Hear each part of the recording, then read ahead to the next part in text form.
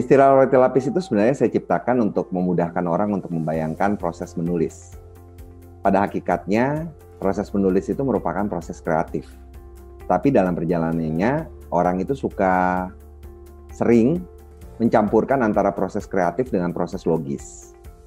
Untuk memudahkan orang berpikir tentang penggabungan kedua proses itu, saya menciptakan istilah itu. Ini diambil dari bahasa Inggris sandwich ya. Sandwich itu kan bahasa Indonesianya roti lapis. Kalau kita bayangkan roti lapis itu kan ada tangkupan. Ada rotinya, kemudian isi dagingnya, lalu roti lagi. Nah, ini yang saya pikir menggambarkan proses menulis itu.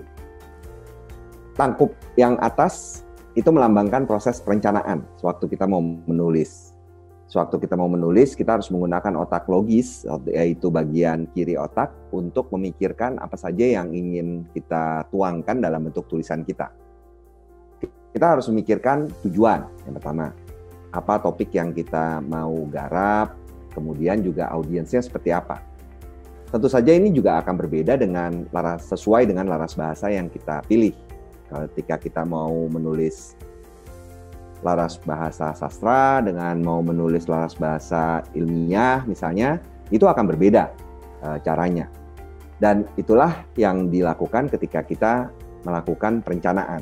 Ini bagian roti yang lapis pertama. Kemudian bagian tengah dari roti lapis itu kan adalah dagingnya. Daging, isi, bisa daging ayam atau bisa isinya sayuran. Sesuai dengan namanya ini isi. Itu adalah bagian yang kita mewujudkan tulisan kita, menuangkan dalam bentuk tulisan. Nah, pada bagian ini kita akan menggunakan otak kanan. Otak kanan itu adalah otak kreatif. Nah, ini harus dipisahkan. Jadi bagian pertama tadi, bagian perencanaan menggunakan otak kiri, kita wujudkan dalam bentuk terakhirnya itu rangka atau ragangan karangan. Ketika kita sudah punya ragangan karangan ini, kita letakkan dulu tuh otak yang terlalu berpikir logis tersebut dan kita biarkan otak kreatif kita untuk menuangkan dalam bentuk tulisan. Bagian terakhir, tangkup roti penutupnya, itu adalah penggunaan otak kiri lagi. Itu adalah penggunaan otak logis untuk kemudian melakukan penyuntingan terhadap apa yang sudah kita buat. Nah, dari gambaran tadi, terlihat roti lapis ini menggambarkan bagian kiri otak kita gunakan untuk perencanaan, bagian logis. Kemudian bagian tengah itu kita gunakan otak kanan, yaitu otak kreatif untuk menulis.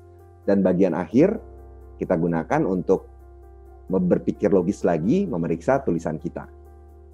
Kelengkapan dari ketiga unsur ini sangat dibutuhkan sewaktu kita menulis.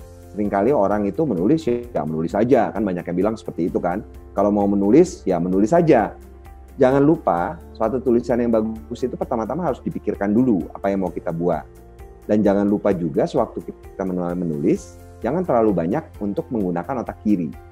Ketika kita terlalu banyak berpikir secara logis, yang terjadi kebanyakan otak kiri kita itu akan mendominasi. Bagian kreativitas kita itu akan tertelan oleh bagian yang logis. Dan jangan lupa bagian yang terakhir itu lagi-lagi gunakan otak logis untuk memeriksa agar tulisan kita bisa jauh lebih sempurna.